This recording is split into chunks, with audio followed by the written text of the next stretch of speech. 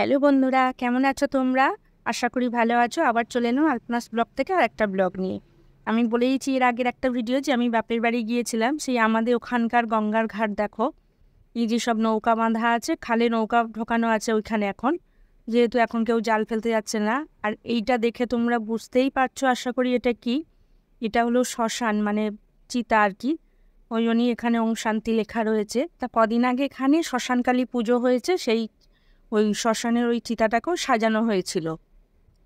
এই দেখো, যখন জাল ফেলা হয় না, সব নৌকাগুলোকে এনে এইখানে এরকমভাবে ওরা নোঙর করে বেঁধে রাখে।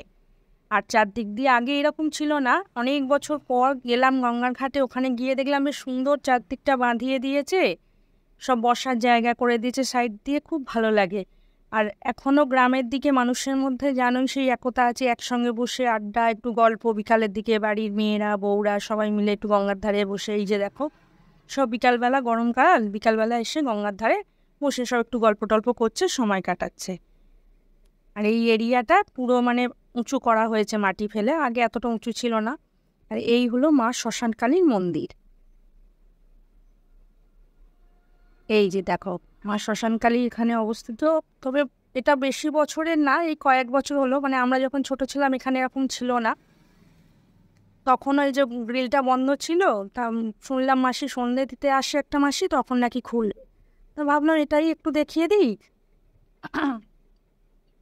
তারপর আমি দেখি গঙ্গার ধারটা এগিয়ে গিয়ে ওমা দেখছি এখন কি সুন্দর ঘাট করে দিয়েছে। আমরা যখন ছোট ছিলাম সেই চর ছিল, পুরো পাতা ছিল, মানে গঙ্গার চরটাকে আমরা পাতা বলি।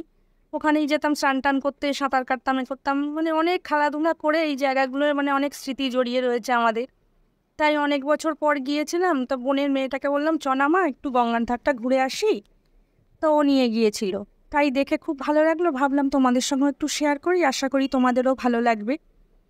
তারপর দেখলাম এখানটা একটা ঘাটও করে দিয়েছে, বলছি বা এটা তো খুব ভালো করেছে, কারণ আমার খুব সুবিধা হয়েছে। ধরো মোরাটোরা যারা পোড়াতে আসে তারাও স্নান টান করে, জল তুলে এই চিতায় জল ঢালতে হয়।